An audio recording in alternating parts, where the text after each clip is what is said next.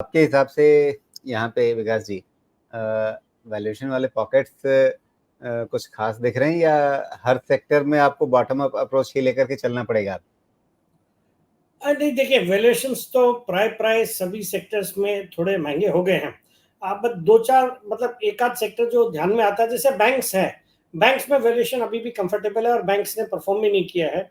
उनकी अपनी दिक्कतें और उसकी वजह से हमने देखा, चाहे वो प्राइवेट सेक्टर बैंक्स है, पब्लिक सेक्टर बैंक्स है, वैल्यूएशन के पैरामीटर्स पे भी अभी भी सस्ते हैं, बट चल नहीं रहे हैं। अगर आप उनमें इन्वेस्टेड हो तो पिछले महीने 2 महीने में जो तेजी हुई उसमें आपने पार्टिसिपेट नहीं किया, तो अगर आपको कंफर्ट चाहिए तो हो सकता है banks could be one sector to look at. बाकी मुझे लगता है आईटी फार्मा जो डिफेंसिव प्लेज है वो भी काफी दिनों के बाद चलना शुरू हुए हैं और रिजल्ट्स वगैरह अच्छे आए हैं, फिर उनमें भी एक अच्छी बाइंग हो रही है, तो वहां पे एक अच्छी तेजी चल रही है। तो मुझे लगता है पावर एज अ सेक्टर मुझे बहुत अच्छा लगता है।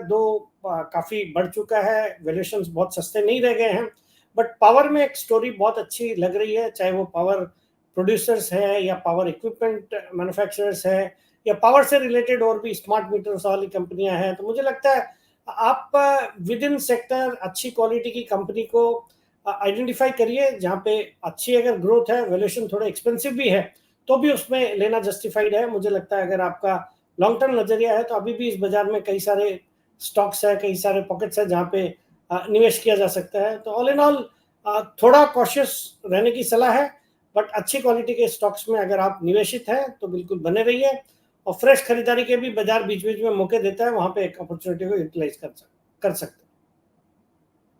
जी, बिल्कुल। तो यहाँ पे क्या आपके हिसाब से अब क्या मार्केट कैप के लिहाज से कोई डिफरेंशियल बचा हुआ है या कोई बायस बचा हुआ है, या अब चूंकि निफ्टी ने भी चलना शुरू कर दिया है तो अब लार्ज कैप में भी आपको वही समस्या आएगी जो पहले कैप में स्मॉल कैप में आ रही थी कि बहुत भाग गए, अब क्या करें? नहीं देखिए, अभी भी अगर आप मिड कैप स्मॉल कैप के कंपैरिजन में देखें तो लार्ज कैप में अभी भी थोड़ा कंफर्ट है।